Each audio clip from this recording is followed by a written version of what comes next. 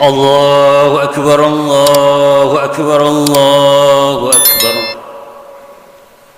الله أكبر الله أكبر الله أكبر الله أكبر الله أكبر الله أكبر الله أكبر كبيرا والحمد لله كثيرا وسبحان الله بكرة وأصيلا لا إله إلا الله والله أكبر الله أكبر ولله الحمد الحمد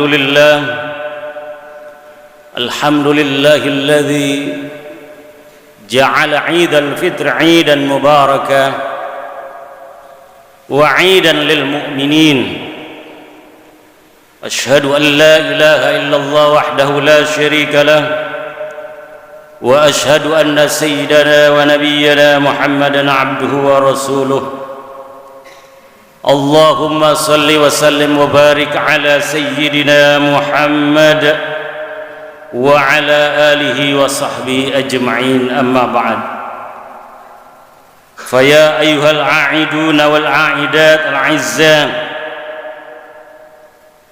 أوصيكم وإياي بتقوى الله فقد فاز من اتقى فيقول تعالى في محكم تنزيله أعوذ بالله من الشيطان الرجيم بسم الله الرحمن الرحيم يا أيها الذين آمنوا اتقوا الله حق تقاته ولا تموتن إلا وأنتم مسلمون Sadaqallahul azim.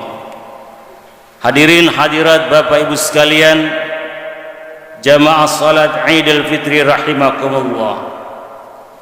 Salah satu karunia, nikmat dan rahmat yang diberikan oleh Allah Subhanahu wa taala kepada kita semua adalah diberikannya rasa gembira, rasa senang yang ada di dalam diri dan jiwa kita, karena kita dengan izin Allah Subhanahu wa taala telah mampu menyelesaikan ibadah puasa selama 1 bulan penuh di bulan suci Ramadan ini. Tentunya kegembiraan yang kita rasakan pada hari raya Idul Fitri ini merupakan nikmat yang besar diberikan oleh Allah Subhanahu wa taala, sehingga hati kita, jiwa kita menjadi lapang dada, menjadi senang dan gembira. Dan ini adalah kegembiraan yang sangat terpuji dan dipuji oleh Allah Subhanahu wa taala, sehingga Allah Subhanahu wa taala mengingatkan kepada kita semua seperti yang tercantum di dalam surah Yunus ayat 58. Yaqulu ta'ala fi kitabih a'udzu billahi minasy syaithanir rajim qul bi fadlillahi wa bi rahmatih, katakanlah dengan karunia Allah dan juga dengan rahmat Allah, fa bidzalik, dengan karunia dan rahmat Allah, falyafrahu, maka hendaklah kalian semua bergembira, wa huwa khairum mimma yajma'un. Kegembiraan usai melaksanakan perintah Allah Subhanahu wa taala itu adalah lebih baik daripada kesenangan-kesenangan materi yang diberikan oleh Allah Subhanahu wa taala.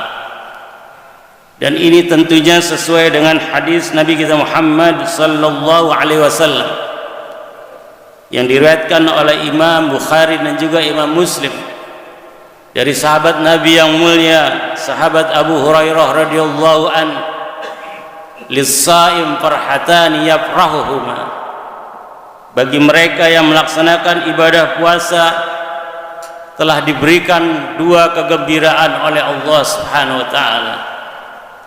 Yang pertama, farhatun 'inda fitrih, dia bergembira ketika berbuka puasa.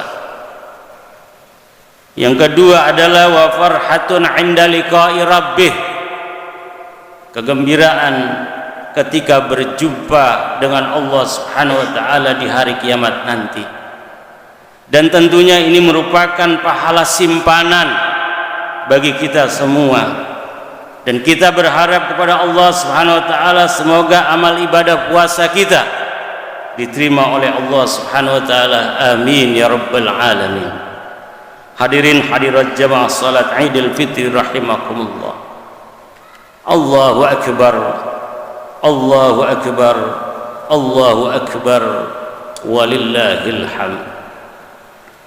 Kegembiraan dan rasa senang tersebut karena kita semua alhamdulillah dengan izin Allah mampu memanfaatkan bulan suci Ramadan untuk membersihkan dan juga mensucikan jiwa kita. Qad aflaha man zakkaha wa qad khaba man dassaha. Sungguh beruntung mereka yang berusaha mensucikan dan membersihkan jiwanya, dan sungguh merugi mereka yang tidak mampu memanfaatkan bulan suci Ramadan sehingga bulan Ramadan berlalu begitu saja untuk dirinya. Allahu akbar. Allahu akbar. Walillahil hamd. Hadirin hadirat sekalian rahimakumullah, bagi kita orang-orang yang beriman, usai melaksanakan ibadah puasa di bulan suci Ramadan, tentunya ada renungan yang perlu kita lakukan. Apakah ibadah puasa kita ini telah diterima oleh Allah Subhanahu wa taala atau tidak? Apakah ibadah puasa di bulan suci Ramadan yang telah kita lakukan bersama ini sama seperti tahun lalu? Oleh karenanya Al-Imam Ibnu Qudamah di dalam tafsirnya, beliau mengutip surah Al-Hasyr ayat 18, yaqulu ta'ala, a'udzu billahi minasyaitonir rajim, ya ayyuhalladzina amanu taqullah, wahai orang-orang yang beriman, bertakwalah kamu sekalian kepada Allah, wal tanzur nafsun ma qaddamat lighad, dan hendaklah setiap jiwa untuk merenungi apa yang akan dilakukan setelahnya.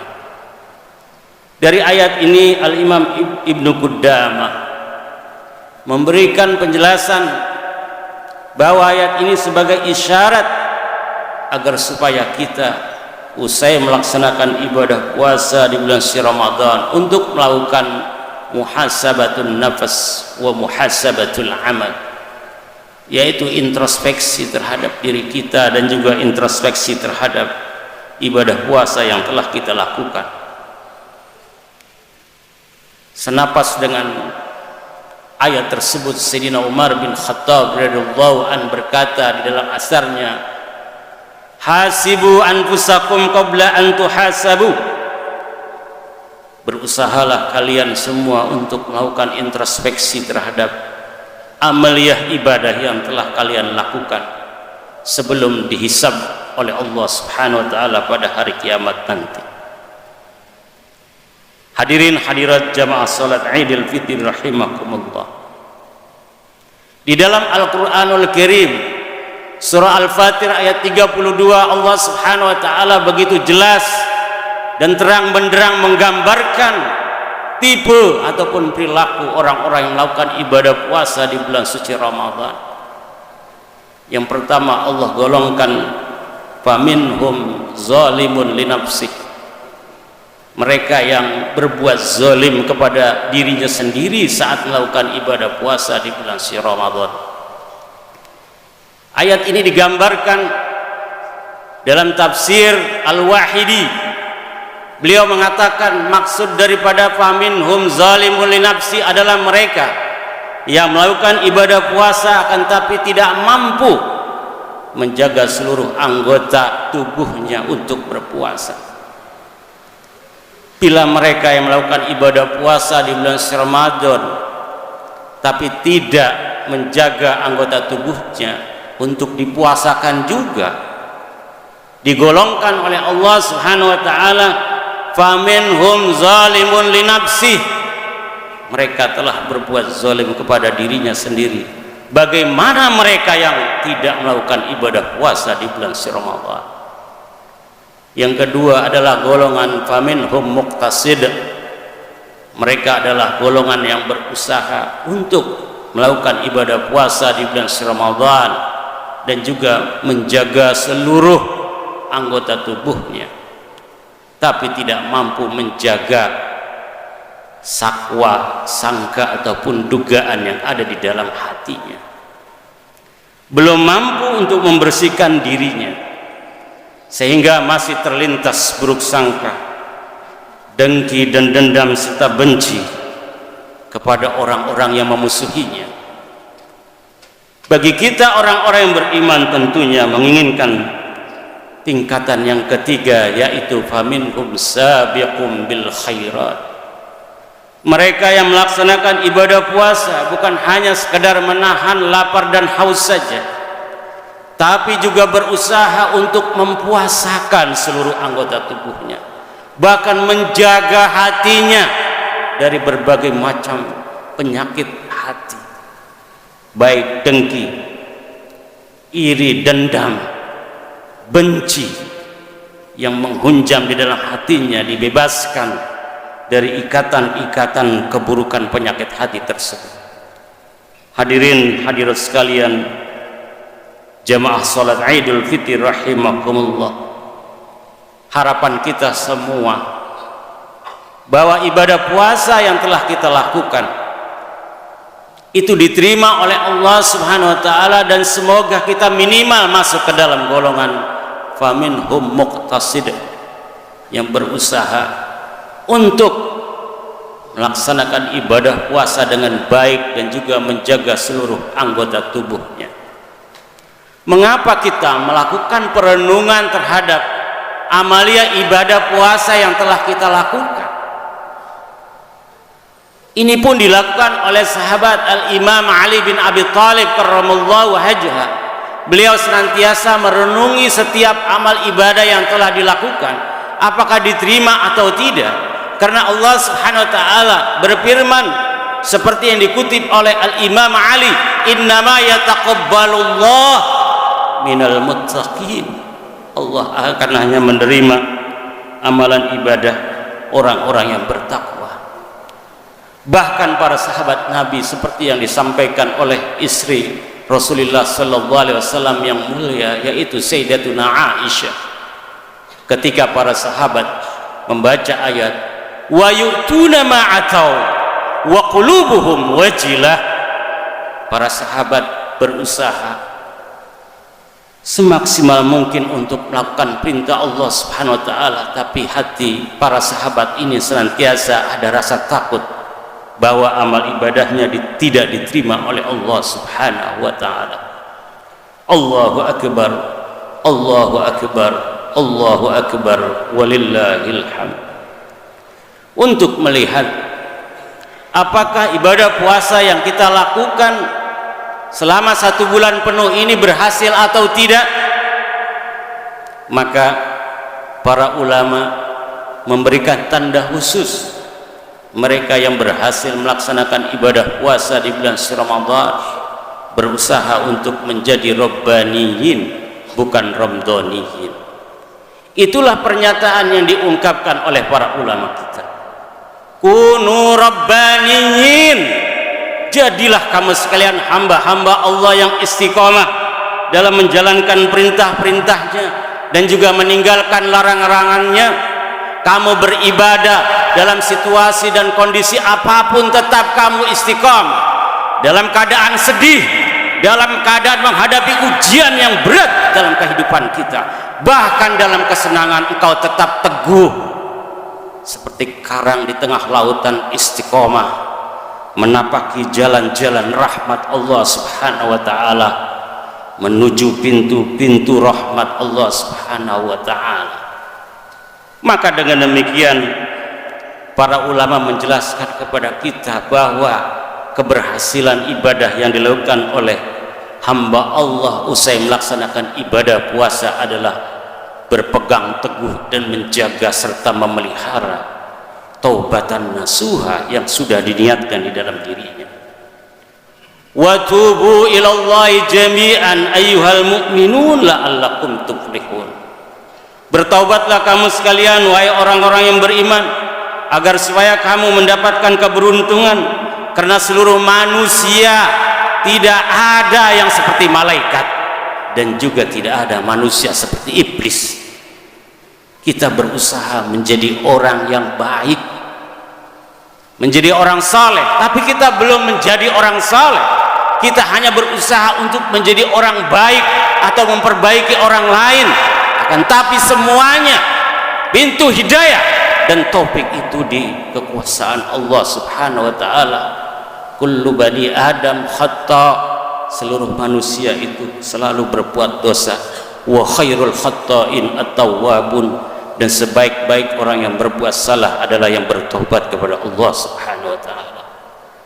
Bahkan di dalam hadis Allah Subhanahu wa taala menantang kita sebagai hamba-hambanya. Ya bani Adam, wahai umat manusia, lau balagat dunubu ananas, seandainya dosa-dosamu memenuhi langit dan bumi ini, summastaghfartani, kemudian engkau membacakan istighfar minta ampun kepada aku wahai hamba-hambaku, faghfartu lak, maka aku akan ampuni dosa-dosa. Begitu indah dan luasnya rahmat Allah, tapi begitu sempitnya hati-hati kita ketika ada orang yang berbuat salah kepada kita. Bila dosa kepada Allah Subhanahu wa taala bagian daripada perbuatan zalim kepadanya, dan kita langsung meminta maaf kepada Allah Subhanahu wa taala atas dosa-dosa kita, yang paling sulit adalah apabila kita berbuat salah kepada manusia. Kita pernah membicarakan keburukan orang lain, kita pernah menuduh, memfitnah, mencaci maki, bahkan kadang ada yang berani menumpahkan darah, menjatuhkan martabat dan harkat orang lain. Itulah yang paling sulit dosa untuk kita minta ampun kepada Allah Subhanahu wa taala, karena kita diwajibkan untuk meminta maaf kepada orang-orang yang kita zalim. Bila tidak, di hari kiamat nanti, sebagaimana dalam hadis yang diriwayatkan oleh Imam Muslim, Nabi bertanya kepada para sahabat, atadruna mal muflis, apakah kamu tahu orang yang bangkrut wahai sahabat-sahabatku? Para sahabat menjawab, al-muflisu min ummati man la dirham wala mata. Yang aku tahu orang-orang yang bangkrut adalah yang tidak punya uang. Bukan itu wahai sahabatku.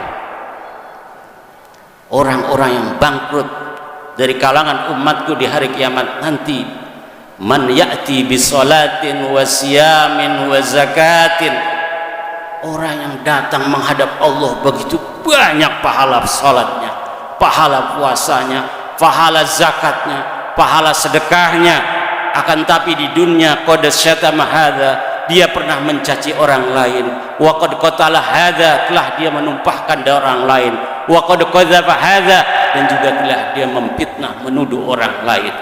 Maka seluruh kebaikan-kebaikannya diberikan kepada orang-orang yang dizoliminya di dunia. Bila sudah habis kebajikan-kebajikannya, lalu keburukan-keburukan orang lain yang dizoliminya akan ditimpakan kepada orang-orang yang belum meminta maaf di dunia ini. Oleh karena itu, hadirin hadirat sekalian yang berbahagia, di hari raya Idul Fitri ini, marilah bersama-sama kita berusaha membuka hati kita, melapangkan jiwa kita, agar supaya kita berusaha menjadi orang-orang yang meminta maaf dan juga memberikan maaf kepada orang lain, baik kepada kedua orang tua kita yang telah meninggal dunia ataupun yang masih hidup, kepada anak-anak kita, kepada seluruh keluarga kita, kepada sahabat-sahabat kita, dan juga kepada tetangga-tetangga kita. Barakallahu li wa lakum fil Qur'anil azim wa nafa'ani wa iyyakum bima fihi minal ayati wa dzikril hakim wa taqabbala minni wa minkum tilawatahu innahu huwas samiul alim. Allahu akbar, Allahu akbar, Allahu akbar, Allahu akbar, Allahu akbar, Allahu akbar, Allahu akbar kabira walhamdulillahi katsira wa subhanallahi bukratan wa asila. La ilaha illallah wallahu akbar, Allahu akbar walillahil hamd. Alhamdulillah, alhamdulillahilladzi ja'alana wa iyyakum minal 'aidin wal faizin. Asyhadu an la ilaha illallah wahdahu la syarika lah wa asyhadu anna sayyidana wa nabiyyana Muhammadan 'abduhu wa rasuluhu la nabiyya ba'dah. Allahumma salli wa sallim wa barik ala sayyidina Muhammad wa ala alihi wa sahbihi ajma'in, amma ba'd. Fa ya ibadallah, usikum wa iyaya bitaqwallah faqad fazal muttaqun. Fa yaqulu ta'ala fi kitabih, a'udzu billahi minasy syaithanir rajim. Bismillahirrahmanirrahim.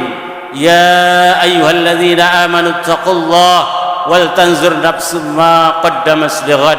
Wa qala ta'ala aidan, innallaha wa malaikatahu yusalluna 'alan nabi ya ayyuhalladzina amanu sallu 'alaihi wa sallimu taslima. Allahumma ighfir lil mu'minina wal mu'minat wal muslimina wal muslimat al ahya'i minhum wal amwat innaka sami'un qaribun mujibud da'wat wa ya qadiyal hajat. Allahumma inna nas'aluka khairal mas'alah wa khairas sawab wa khairal amal birahmatika ya arhamar rahimin. Rabbana ighfir lana wa liwalidayna warhamhuma kama rabbayana shighara. ربنا هب لنا من الصالحين ربنا اجعلنا مقيم الصلاة ومن ذريتنا ربنا وتقبل دعاء ربنا آتنا في الدنيا حسنة وفي الآخرة حسنة وقنا عذاب النار. وصل اللهم بجلالك وجمالك على سيدنا محمد وعلى آله وصحبه وسلم بفضل سبحان ربك رب العزة عما يصفون وسلام على المرسلين والحمد لله رب العالمين. السلام عليكم ورحمة الله وبركاته.